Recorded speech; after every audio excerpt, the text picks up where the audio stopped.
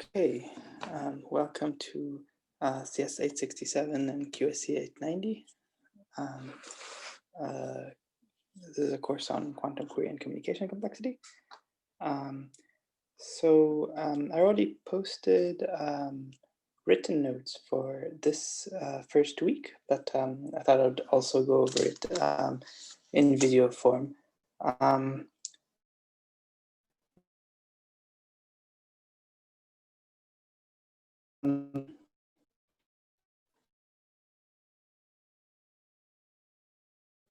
The first time I'm to do this, I will we have a real board here. We'll see how well this works. Okay, so this first week, then the main focus here is on the query complexity model, and this is basically the simplest model of computation that one can come up with, and yet it's a very natural and it's seemingly pretty rich model in which to study quantum computation specifically. So this is a model that we'll study for probably more than half of the course, and it's also closely related to communication complexity as well, as we'll see. Okay, so what is the query model? So in the query model, well, the task we wish to compute is given to us, and it's a function f, which is it takes in n-bit strings, and it gives usually Boolean outputs. Okay, and f here is something known. For example, f might be the OR function telling us, basically asking whether the input string is all zeros or not. Often the function will be something much more complicated. But in any case, the function is known. What is not known is the input. And the input is an n-bit string, and we consider the input as a black box. So basically, we imagine that the input x, well, I guess it's an n-bit string, so let's write it like this. Okay, so here I've drawn n boxes. And in the query complexity model, reading the input is the resource that is expensive. So we're trying to minimize how many bits of the input we're going to read. So here, x is an n-bit string. The operation we're allowed to do is basically request, that box number 3 be opened, and then we see that it has a 1 in there. And once we see the content of this box, we can make another query. So this is called making a query. Once we see this is a 1, we can decide on another query position, and maybe we see a bit 0. And we get to make such queries reading parts of the input x, and eventually we need to output f of x. So eventually our goal is to conclude that we know enough about x in order to determine f of x. We don't need to know all of x, of course. That would require reading all n bits in general. But for example, if we're computing the OR function, as soon as we see a single 1, we know that the OR of all the bits is 1, because if there's even a single 1 in the string, then of course, by definition, the output of OR of x is 1.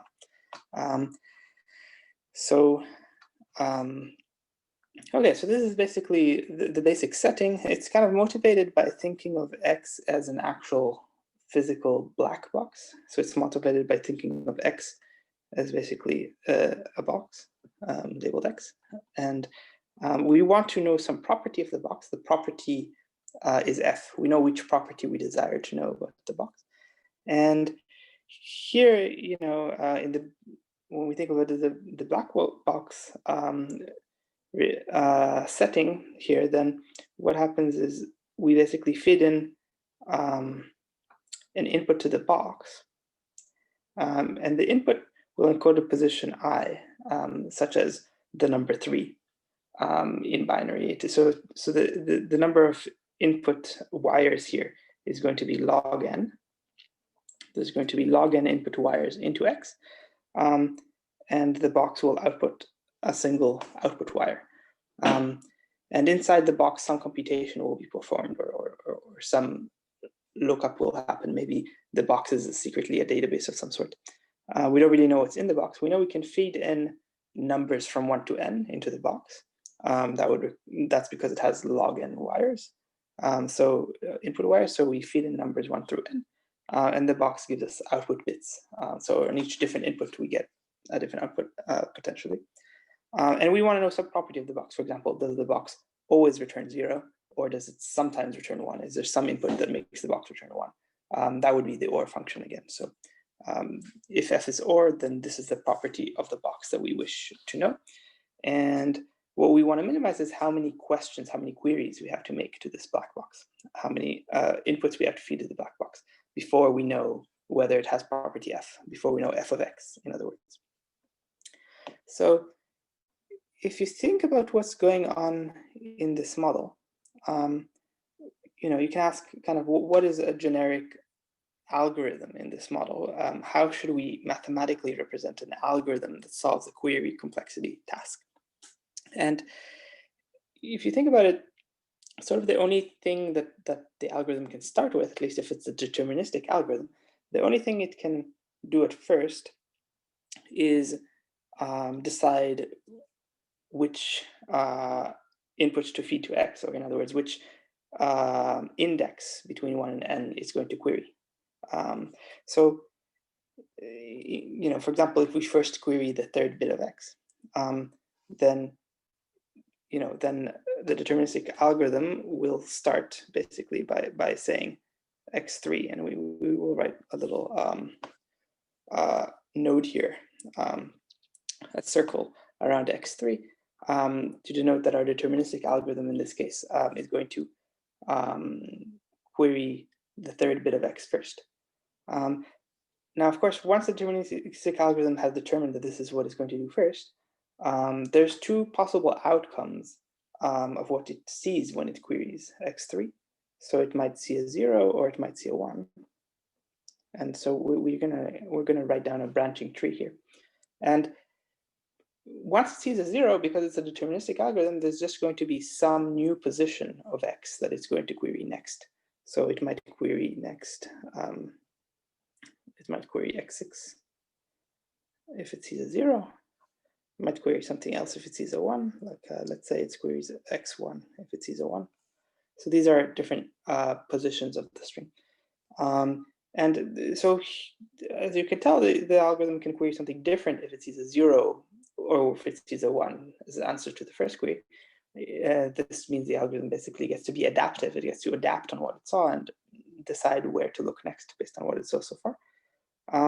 And we can keep going. So to describe a full algorithm, we'll keep expanding this tree until eventually, eventually perhaps here after we see 2 zeros, maybe the algorithm will decide to stop and output something. So here we'll draw this with a square, denoting a leaf of this tree.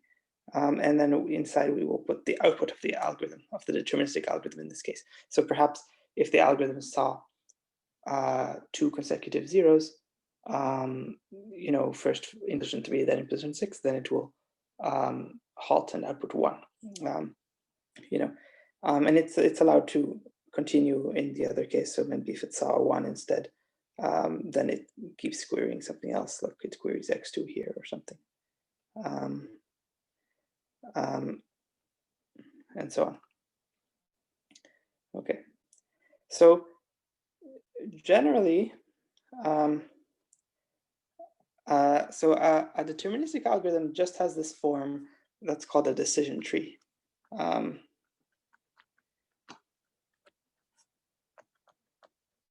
Okay, and we kind of view the cost of the deterministic algorithm or of the decision tree to basically be its height. So the height, so if you think of a decision tree that says, okay, first we query x3, then, in one case, maybe in one case we're done, but in the other case, we query x5, okay, and then maybe in one case we're done, but in the other case we query, oh, sorry, I guess in this case we're done as well. All right, fine. Suppose this is our decision tree.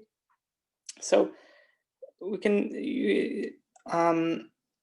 tell that some inputs here are going to use more queries than others. This algorithm is going to use more queries on some inputs than others, depending on what it sees along the way.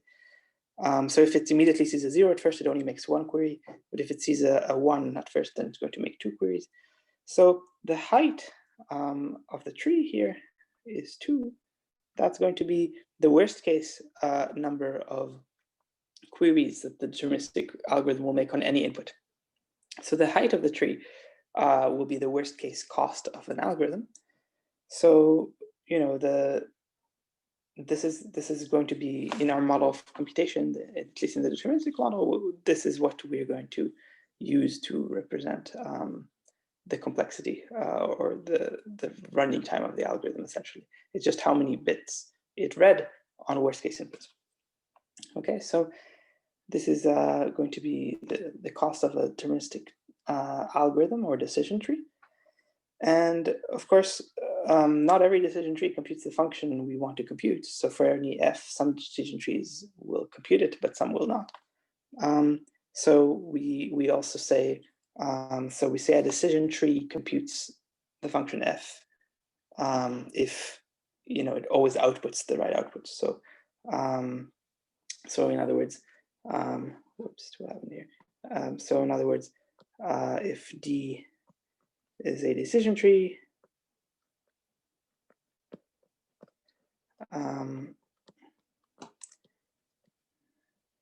so let's use D of x. Let's use D of x to denote the output. This whiteboard is pretty awkward to write on. So we will use, let's try this. We will use D of x to denote the output of the decision tree when run on x. So this is the leaf, the square box you reach at the end when you follow the path determined by the n-bit string x. Okay, so when you follow the one path determined by x, what does the decision tree D output? That's D of x. Okay, so we say that D computes f. Okay, we say D computes f if D of x equals f of x for all inputs x. Okay, and here the inputs, we assume that the length of the strings is fixed. So here the inputs come from an unknown set of inputs, like all the strings of length n, where n is some fixed parameter that's you know, that's determined by f. So okay, so this tells us when a decision tree computes f, there can be more than one decision tree that computes a function f. So for a fixed f, there will be many decision trees computing it. So, well, we are going to care about the best possible algorithm for computing f. So the best possible algorithm will be the minimum height of a decision tree computing f. Okay, so let me state this definition formally. So the decision tree complexity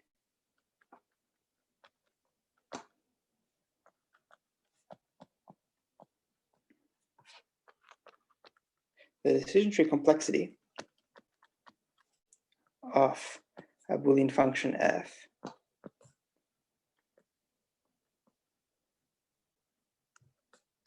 I ran out of space here. The Boolean function f sends n-bit strings to 0, 1. The decision tree complexity of f is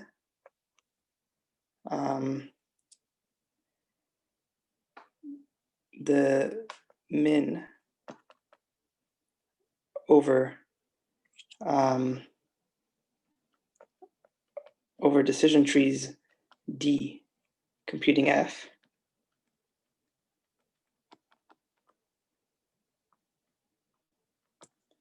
over decision tree D computing F of the height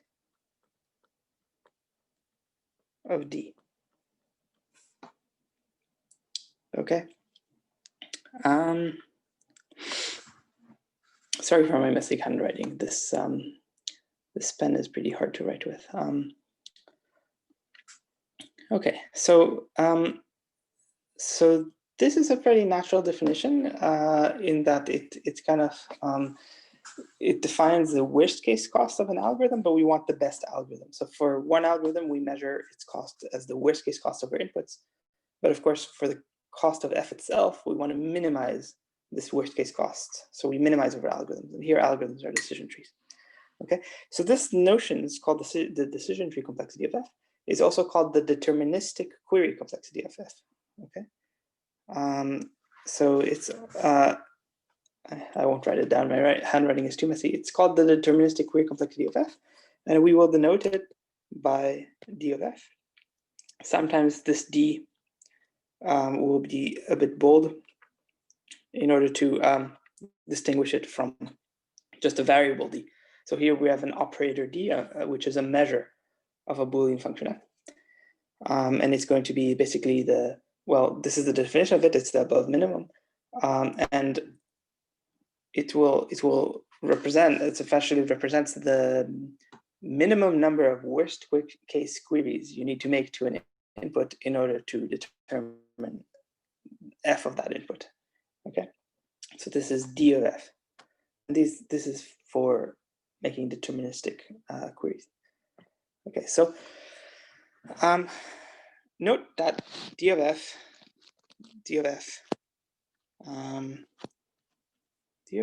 is always in the set. It's always between 0 and n. So here F acts on n-bit strings. Well, why is it always the most n? Because if you make n queries, you can read the whole input. If you read the whole input, then you clearly know F of x. Okay, so we only care about how much of the input you need to read until you information theoretically know F of x. We don't care about the cost of computing F of x once you know all of x. We only care about how many bits do you need to read of x. How many queries do you need to make to the black box x represents, essentially, before you have enough information to know the value of F of x. So we do not care at all about the computation you do afterwards to get that value. Okay, so that means D of F for every F is between 0 and n. It cannot exceed n. There's no version of a halving problem here or something uncomputable. Everything is computable and has a cost between 0 and n. Okay. So another thing to ask is what kind of functions have cost 0? What kind of functions do you need to make 0 queries? These are only the constant functions. So function, if f of x is 0 for all x, then you can basically write a tree that just looks like 0, like this in a box, and that will have height 0. Fine. So this is kind of an edge case. So there are two constant functions: the constant 0 function, the constant 1 function, that that have deterministic query complexity 0. Okay. Okay, so this is going to be this is a useful notion of computation, mostly in order to compare the deterministic cost of computing a function to the randomized cost and the quantum cost and the cost in other models. So it's maybe not too interesting of a notion by itself. It's more interesting in the comparison between deterministic algorithms to randomized algorithms and quantum algorithms. And this query complexity setting turns out to capture a lot of the richness of quantum computing and lets us analyze of which types of functions quantum computing can give an advantage over classical computing. So before we get there, let's talk about randomized computation. So how will we define a randomized algorithm? So if you think of a randomized algorithm in query complexity, fine, you can make a choice of what to query next at random. Well, actually, you can always view a randomized algorithm as depending on kind of a random seed, which it uses to make its random choices. So you can think of it as a deterministic algorithm that depends on both. It depends on this secret random seed. So if you think about it a little bit more, essentially what this means is that we can view a randomized algorithm, the way we'll define it here. A randomized algorithm will actually be just a probability distribution over deterministic decision trees. So a randomized algorithm, we're going to view it as a probability distribution over deterministic algorithms. Okay, and which deterministic algorithm you run will basically be determined by the random seed of the randomized algorithm. The seed itself will just pinpoint which deterministic tree we're going to run, which deterministic algorithm we're going to run. Okay, so randomized algorithm, let me write that as kind of R here. R, it's going to look like a probability distribution over deterministic decision trees. So it might be something like 0.1 times one tree. I'm just gonna sketch a tree here. Okay.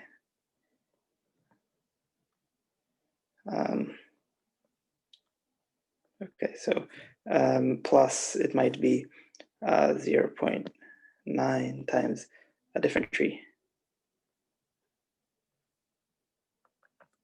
Okay, so I won't draw the full tree there, but the idea here is that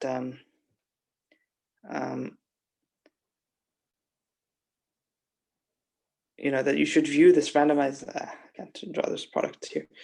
So the idea is that you should view. You should view the randomized algorithm as a probability attached to a decision tree plus, together with a different probability attached to a different decision tree, and so on. And you can have a probability attached to every single decision tree if you want. Okay, so fine, we can define a randomized algorithm this way. When we run a randomized algorithm, what's going to happen is we will pick a decision tree at random according to these probabilities. The probabilities to one, there will be probabilities. So we will pick decision tree.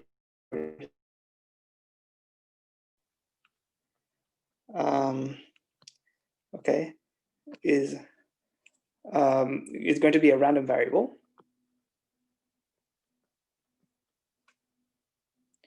And it's basically going to be what you get by sampling D from R, from the probability distribution R. You sample a decision tree D, and then you output, and then you're going to output D of X.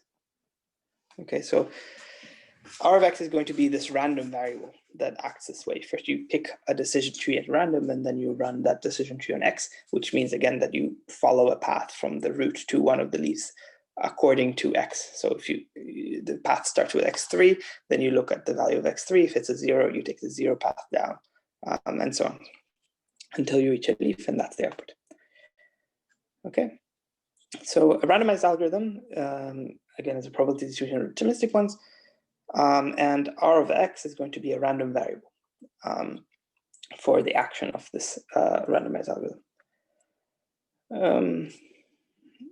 Okay. All right.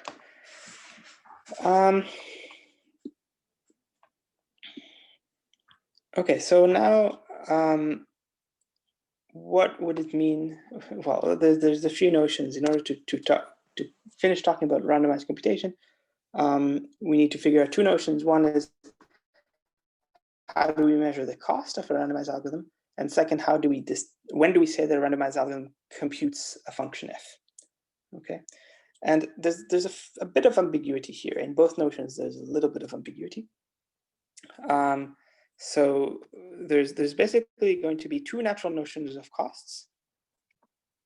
Both are going to be worst case costs. So we can basically we can either define the height. We can either define that to be the maximum over d in the support of R. So this is decision trees that have non-zero probability in R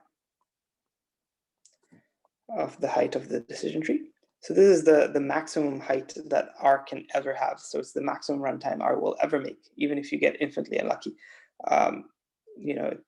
So this is one notion of cost for an algorithm. It's the worst number of queries it will ever make. Worst case, both over the inputs and all over the random choices of which algorithm you run. This is one notion of height.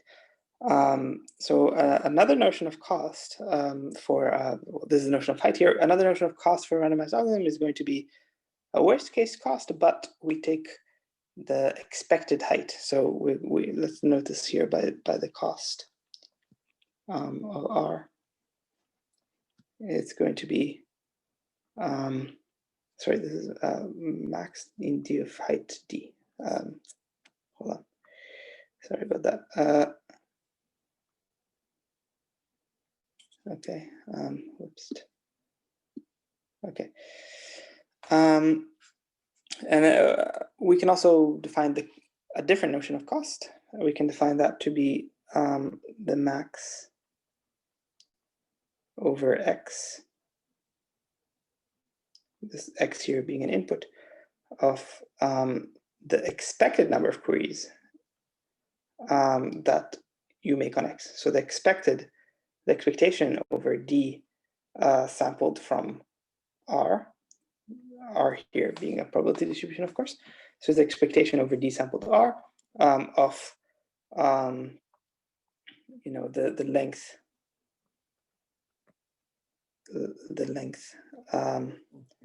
of path to leaf to the leaf reached by x. So the leaf for x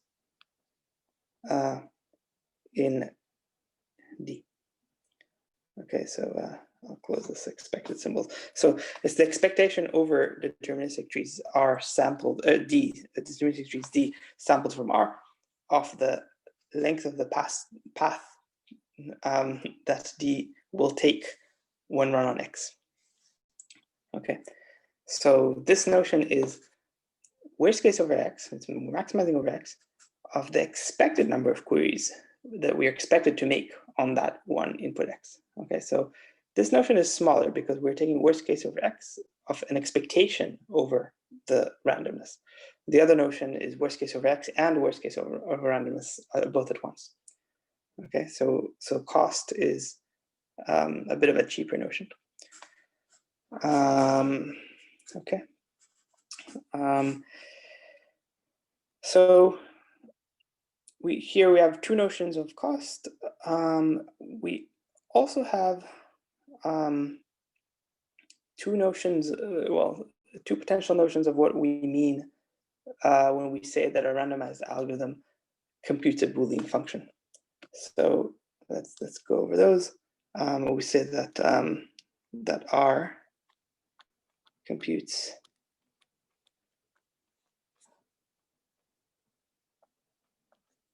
okay. It's really Okay, I say two notions, but it's really one notion. It's really a matter of the error. So we say R computes F to error epsilon. Okay, so we say that R computes F to error epsilon if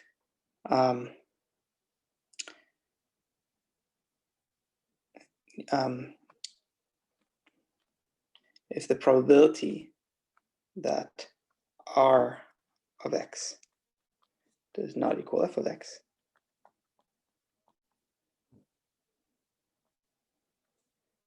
is less than epsilon, at most epsilon, for all X.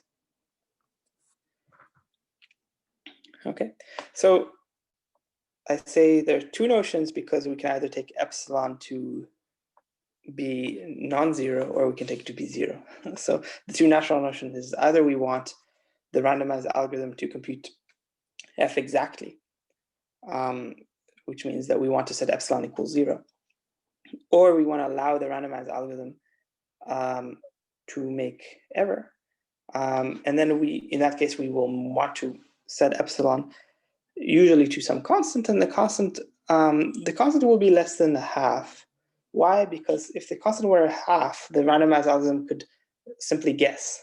So if epsilon was a half, then you can achieve, you can always take R to be, 50% weight over the tree that always up to 0, 50% weight over the tree that opens up to 1. So the algorithm basically guesses 50-50 without making any queries. So then its height and costs are 0 for that algorithm. It uses no queries ever, but it achieves error a half on every single input because it guesses at random. So it gets it right half the time. So it's not, this notion of computation when epsilon is a half or larger is not interesting. When epsilon is less than a half, then it turns out that any constant epsilon that's strictly between 0 and a half, those are all equivalent ups to constant factor because of this notion of amplification. So we'll get to that in a minute. So first, let me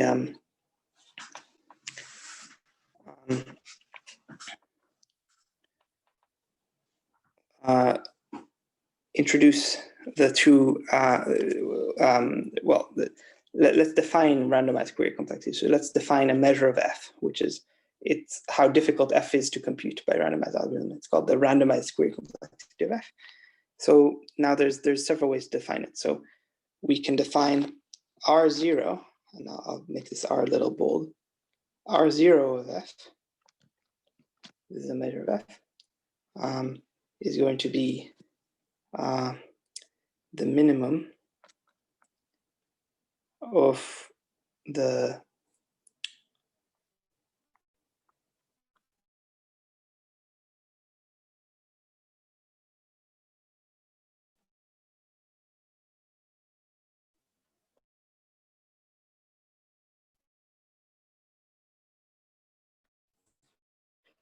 we can make a few choices. We can make a few choices if we wish to define velocity. One choice would be to set epsilon equals 0. So here we're going to minimize over randomized algorithms the computing F to error 0.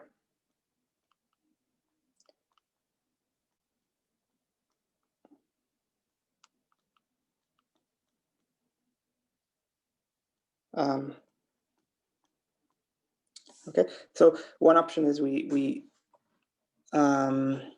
minimize over algorithms that compute F exactly. Okay, and we minimize the cost. This is the expected cost of the algorithm on worst case inputs. That's going to give us a measure called R0F. Another option is to be more lax by allowing error, but more strict with how we cost. So another option is going to be, it's usually denoted R of F. So this notion is going to be the min over R, which computes F, to error 1/3 usually. We just need to pick, that's a third there. We just need to pick some constant smaller than a half. So we're going to pick a third. And then we're going to minimize the height of R, which remember is a larger measure than the cost. This is the worst case cost of computing R, of computing F rather. But here we measure the cost in the worst case both of their inputs and over the randomness, over getting like infinitely unlucky, as opposed to in R0, in the definition of R0, where we take the worst case over inputs but expected cost for that input. Okay, so these are the two usual notions. Of course, we can combine these ingredients in other ways. So we had two notions of cost and we had two notions of compute, either compute exactly or compute approximately with an error. So here we had two definitions using two combinations of these notions, but of course there are four in total, right? There's 2 times 2 ways to combine these. So the reason we don't define 4 different measures here is that the other two, well, let's go through them. So what happens if we were to define, to take the minimum over randomized algorithms that compute F exactly, they never make any error, and we measure their cost by the height of the tree in the worst case. So the height of the worst case height of a tree in the support. Well, if that's how we define randomized algorithm, then no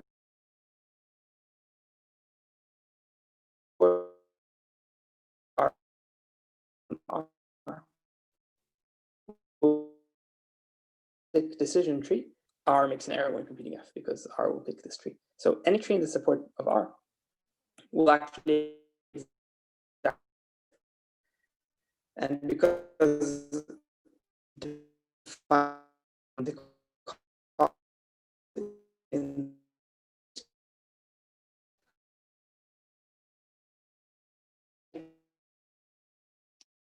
make query complexity algorithm cost in the worst case over both the randomness and the inputs, then we just get deterministic algorithms. The randomness doesn't even do anything. So we don't get any interesting new measure here. The other option is to be lax in both ways at once. So we can be lax by allowing the algorithm to make errors, let's say to make 1/3 error.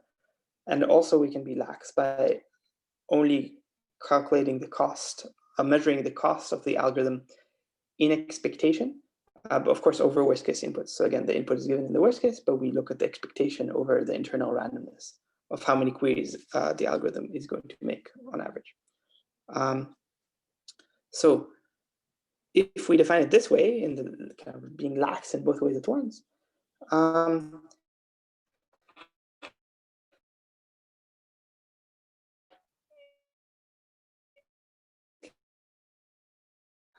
we note that expectation, if we know that on expectation, the algorithm will terminate after, let's say, T queries, then what are the chances that it will not terminate after 10 T queries? The chances that on a specific input X, the algorithm will keep running after 10 T queries. Well, if the expectation is T, then you can't have more than a 1 in 10 chance of continuing for 10 T queries. Okay, this is it's pretty obvious. It's also something known as Markov's inequality. So this means that we know that on any input X, we're not going to run more than 10 T for more than 10 queries, except with small probability, let's say probability 1 in 10. So what we can do is we can modify our algorithm to stop making queries after 10 queries and just always output 0, say, or just output something random if it finds itself trying to make more than 10 queries. And we can modify the algorithm like this, and that will cut off the worst case height of the algorithm R.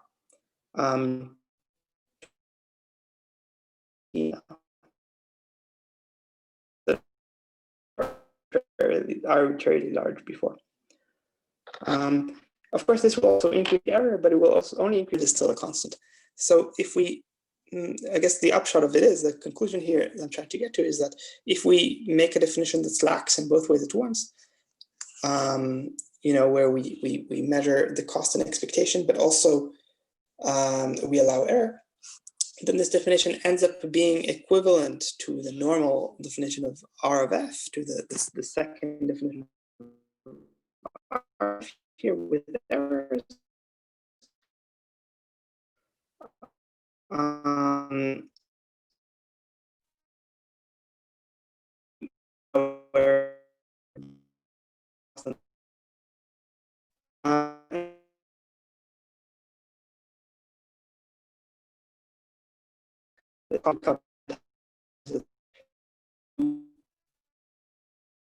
Error becomes bad, and by what factor the number of queries increased when you change how you measure the cost.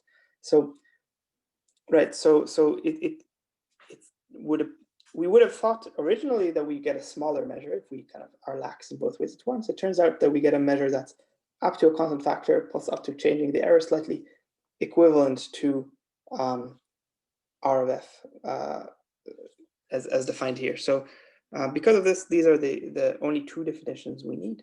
And I should mention, the number 1/3 here, the error 1/3, actually doesn't matter with the same measure, except for constant factor. The reason for this is something known as amplification. So basically, let me just put it on the board, but that, let's when talking about R of F, let me put a subscript next to the R to talk about the error. So R 1/3 of F is the same as R of F. And I guess what I'm going to claim is that R 1/3 of F is big theta of R, say 1/5 of F, or really R of any other constant of F, as long as the constant is strictly between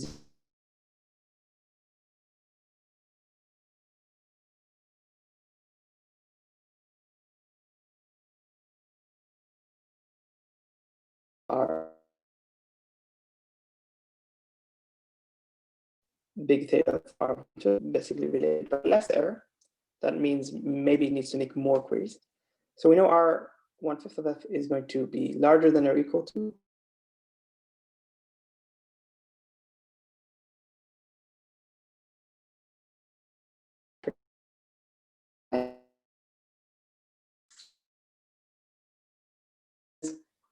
here, 1/3 majority vote.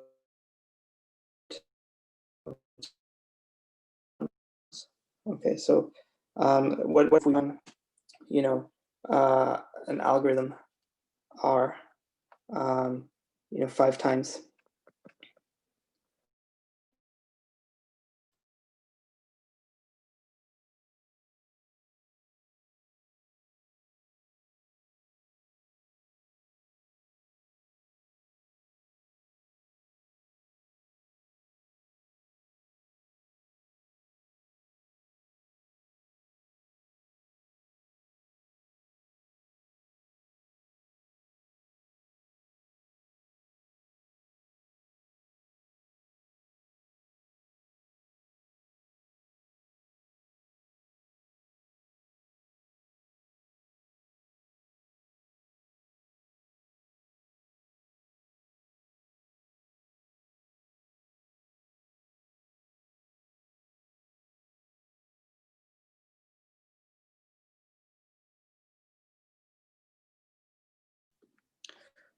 Okay, I had something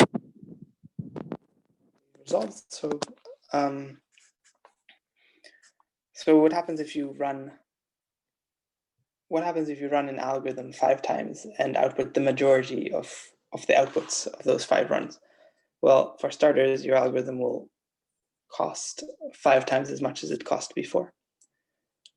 And but also the error of the algorithm will decrease, and you can kind of calculate by how much, but the error of the algorithm will be smaller than before, because in each of the runs you have more than 1/2 chance, like you have 2/3 chance of succeeding, say. So if you run 5 times, the chances that more than half, more than 3 out of 5 will be the wrong answer. That's quite a small chance. And so we can analyze exactly by how much, but it doesn't really matter for now. By paying a constant factor, you can decrease the error by a constant factor. So by multiplying your number of queries by a constant factor, you can decrease the error. And that means that if we don't care about constant factors up front, then we should not care about what the error is exactly.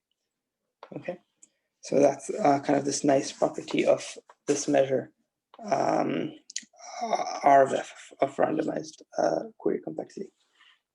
Okay, and finally, let me just briefly define quantum query complexity. So quantum query complexity is a little bit more complicated.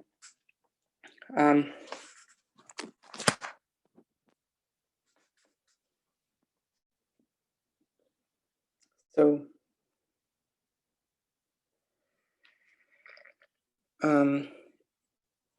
how should we think about quantum query complexity? Well, first of all, the main point of this model is that the algorithm to make queries in superposition.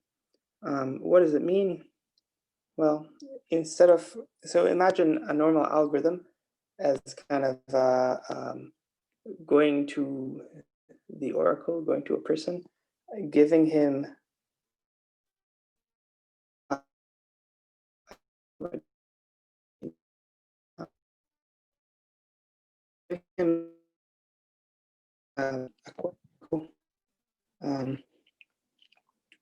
the oracle looks like a box with X written on it. And the oracle returns xi. Okay, so this is what a normal query looks like, a classical query. You go to the oracle, you give him I, and he gives you back xi, and it also costs you. It costs you to do this. So you give him an envelope with I in it, and you also give him $1, and he returns xi. Okay, so this is a classical query, a classical algorithm. Now, so quantumly, what's going to happen is that the envelope will contain a quantum superposition over questions I, over queries I.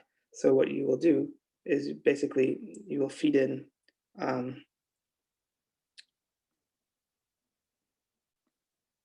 a superposition.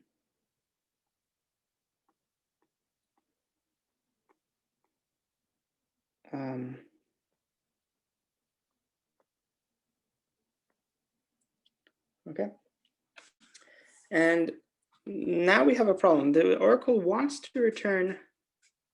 It wants to return xi. However, the operation that takes I to xi is not reversible.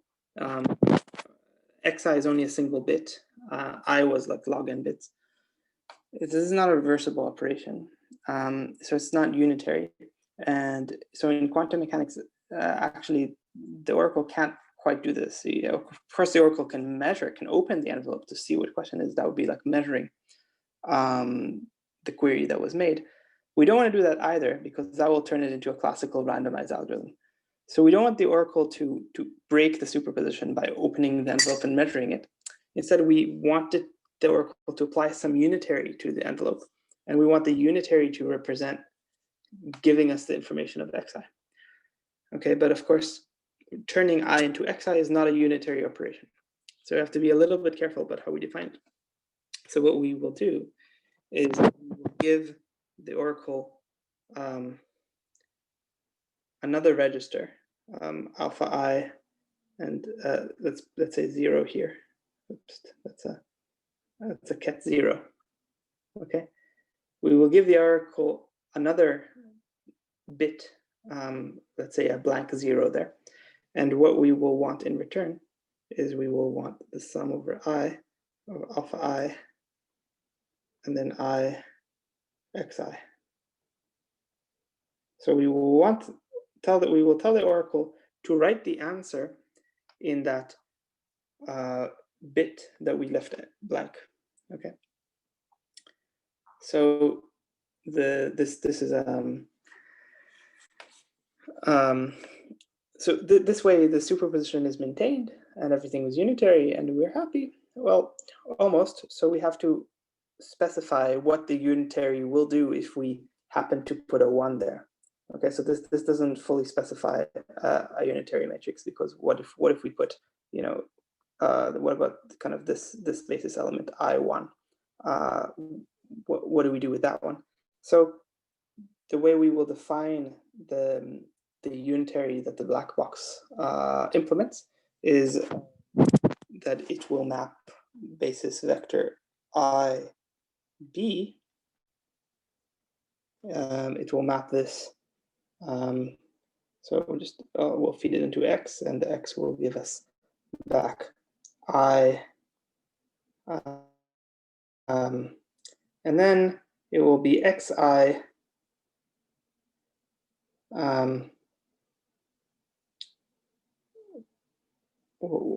parity with B, X or B. So basically this will be XI plus B mod 2. Okay, so if B is 0, then we just get XI, right? If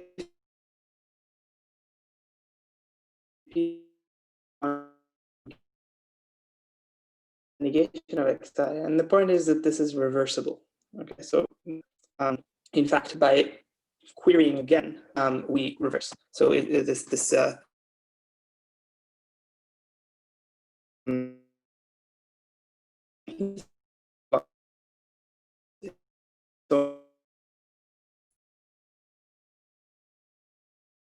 okay, so a combination of these, then it maps it. We extend this linearly.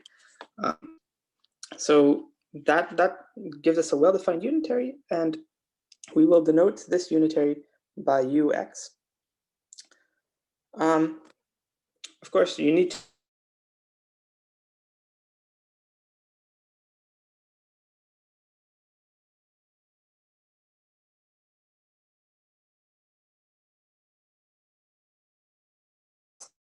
cost is going to be the number of times we apply U eventually. What is even our once we make queries, where do we store them? How do we know what information we learned? How do we adapt to get to the next query? So we made one query, we're supposed to be able to adaptively choose what is going to be the next query that we make. So to handle that, we're going to introduce a new register called a work register. So, you know, we're going to have a kind of work register. It's going to contain some junk. Okay, and it's some long register over some high dimensional.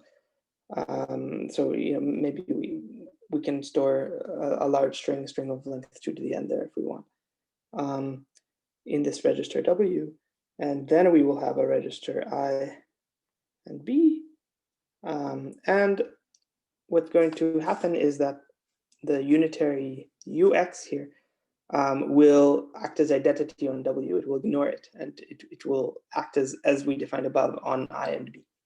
Okay, so that will be the querying register. So the querying unitary, the unitary which implements a query, ignores the work tape, ignores the work register, and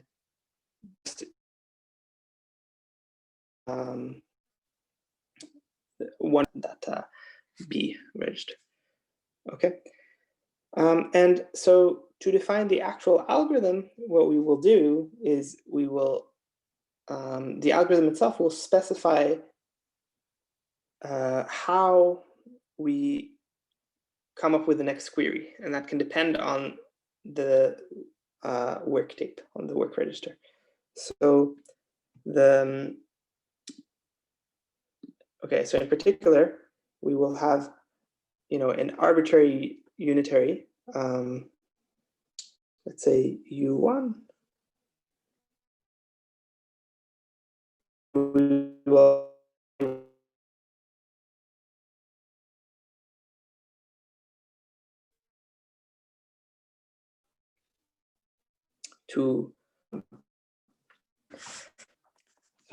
so we're going to apply U1 here to this quantum state. So effectively, let me just, sorry, I'm kind of running out of space here. So let me write it like this. Here's the upshot. Here's how we end up defining a quantum algorithm. We end up saying, all right, we're going to have a sequence of unitaries that tell us how to query.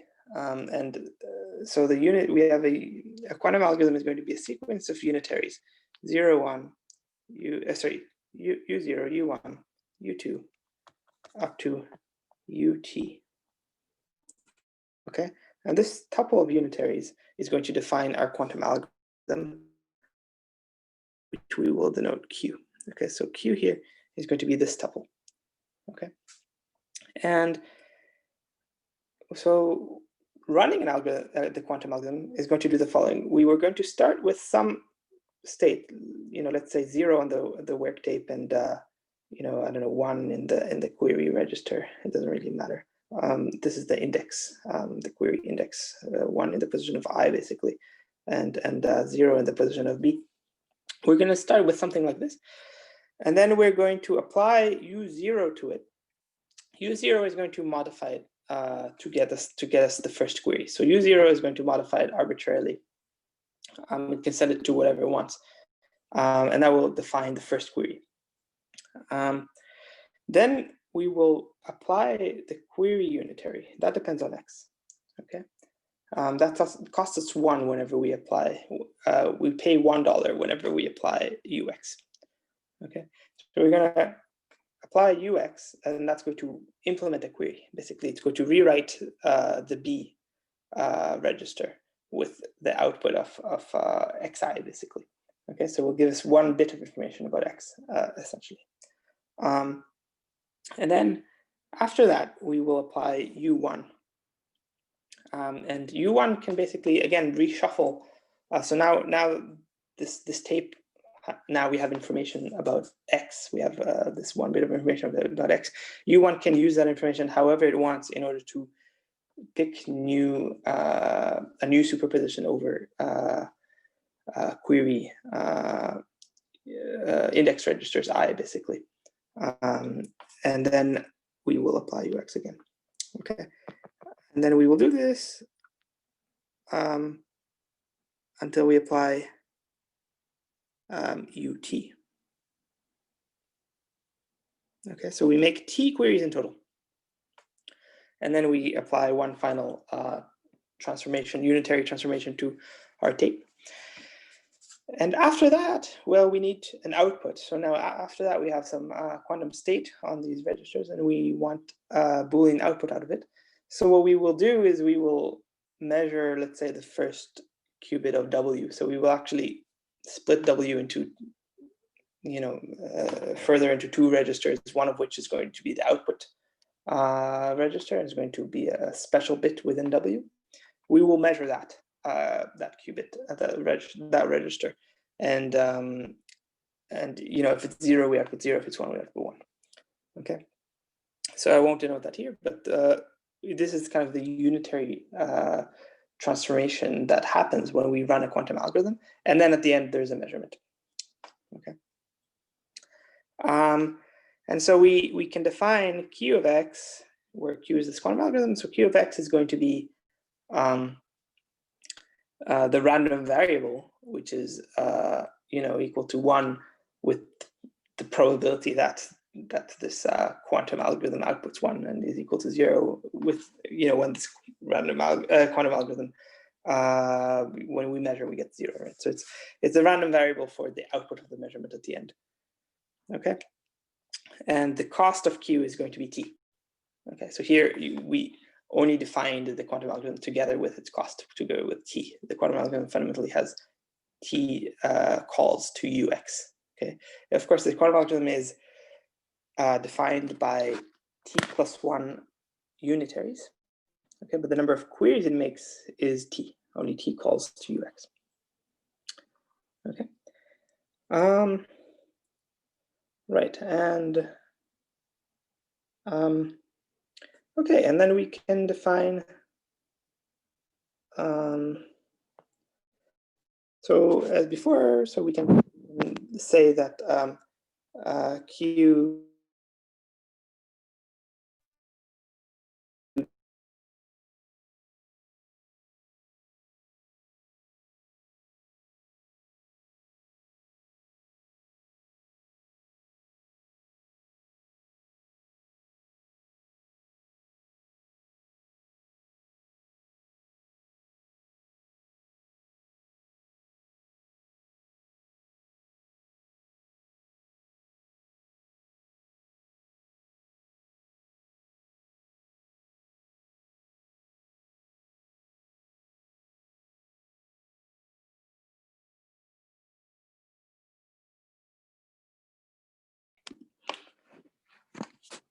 all right. Okay, I've switched to red here. So yeah, we say Q computes F to error epsilon if the probability that Q of X does not equal F of X is at most epsilon for all X. Okay, so it's the same as what we said for randomized algorithms. And then we can then define Q. Let's do a bold Q. This measure Q of F, a bold Q of F. So Q of F is going to be the minimum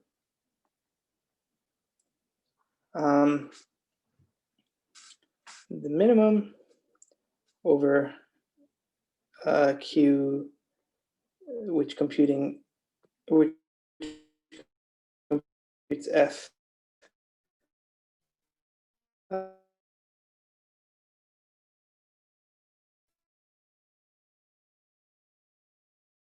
one third of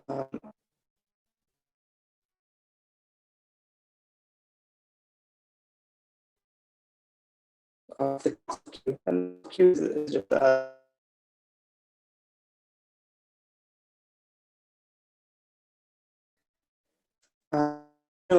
so there exists T algorithm which computes to error here.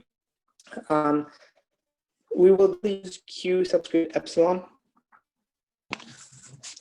Whoops. Sorry.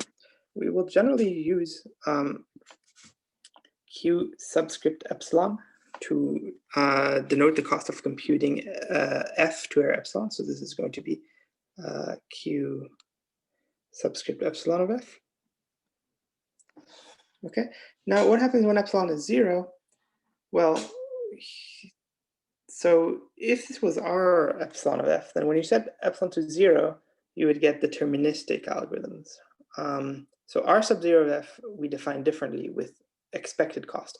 Here for quantum algorithms, we do not define expected cost. We define everything in kind of absolute worst case cost. So because of this, Q0 is not a measure which is analogous to R0. So because of this, we usually give it a different, we denote it differently. So we usually denote it by Q sub E for exact quantum algorithms. So Q sub E of F is the exact quantum query complexity of F, is a minimum number T, such that there's a T query quantum algorithm which computes F exactly, computes F to error 0. Okay, so we denote it by Q sub E of F because it's not analogous to R0, and R0 is already an established notation. Okay, Now, I should mention that you can also amplify quantum similarly to how you amplify randomized algorithms. So you can run a quantum algorithm multiple times and take majority vote. It's not too hard to check that it can be done in superposition and everything. It's maybe a little bit technical, but not anything deep. So because of this, the error epsilon doesn't matter up to quantum factors, and we usually take 2p1/3. Okay, so that's quantum query complexity. So this is the main, these are the main query complexity measures that we will study in this course.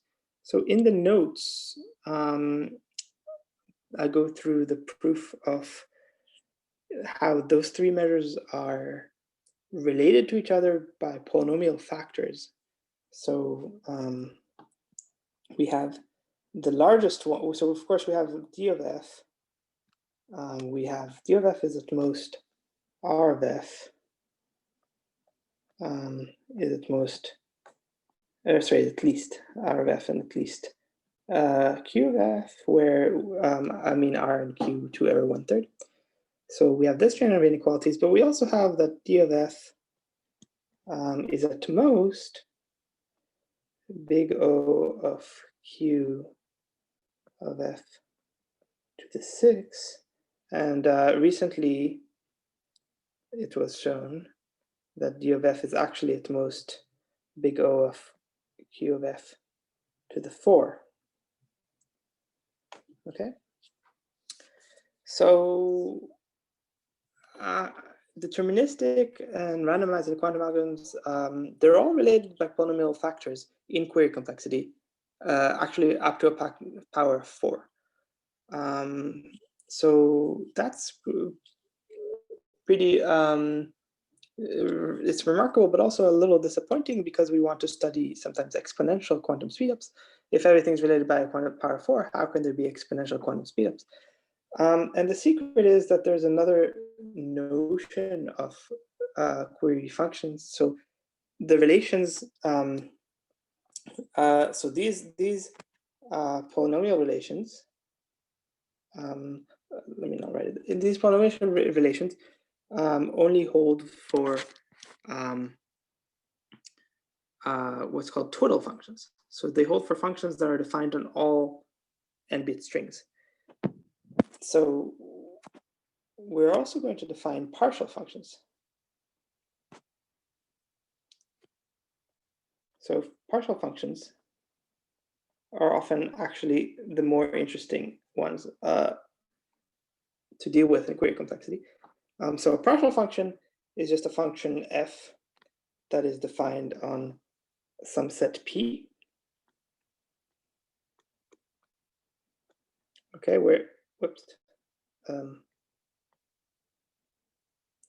where p is a subset of 0, 1 to the n. Okay, and so f here is not defined on all inputs. Okay, sometimes we say that f outputs star if it's given an input, which is not in the domain. Okay, so now the trick is that the definitions that we had for d of f and r of f and q of f, they also work for partial functions. Okay, but remember the requirement that for when it is true that a deterministic algorithm computes f, we said if the tree outputs the same thing as the function on all inputs. Now it's going to be if the tree outputs the same thing as the function on all inputs in the domain P. Okay, so not on all strings because f is not defined on all strings. We only require the algorithm to succeed on all inputs in the domain of f. Okay, so for partial functions, it's it's easier to compute than a total function in the sense that you don't need to succeed on all inputs. You don't need to succeed on all inputs in the domain of f. Okay, so now, interestingly, there are partial functions where the quantum query complexity is exponentially smaller than the deterministic and randomized query complexities. So in the partial function setting, we can have exponentially large gaps between almost every measure and every other measure. And so let's just do an example. So consider the function f, and then let's say that f of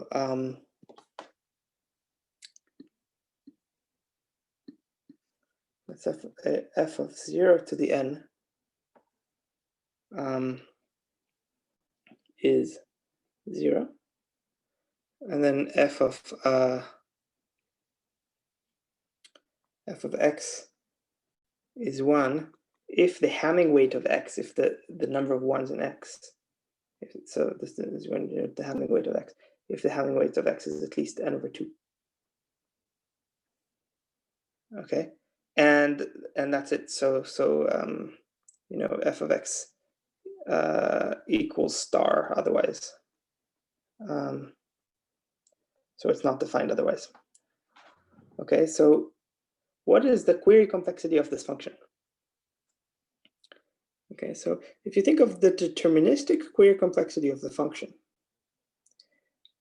okay, this is the number of queries we have to make by a deterministic algorithm that has to always succeed. So it's not hard to see here that the deterministic query complexity is order n. It's roughly n over 2, because if you keep seeing zeros, if you keep querying zeros, you don't know whether the input actually is half full of ones or if the input is all zeros. So if you keep seeing zeros, there's nothing to do but query more and more, because you have to succeed on worst case inputs. So d of f is going to be around n over 2. Okay, up to rounding up to an off by 1 kind of error. So on the other hand, R of f, a randomized algorithm, if it's allowed to make error, if it's allowed to make a bit of error, well, then you only need to query just a couple of bits. If you query, say, 3 bits and they're all 0, you can output 0. If you query 3 bits and you see a 1, you can output 1. You know, and the chance that you get it wrong, well, if you see a 1, you'll never get it wrong. You know that that f of x is 1. If you see a 0, so if you see 3 zeros, the chances that the input is actually that if the input is a 1 input, you say the wrong answer. The chances that if the input really is a 1 input, you still see 3 zeros. This chance is only 1/8. So you make error at most 1/8.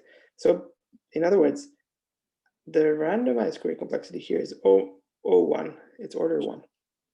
So there's a giant gap here between the deterministic query complexity and the randomized query complexity. It's actually kind of an infinite gap. It's not merely exponential, but you know, the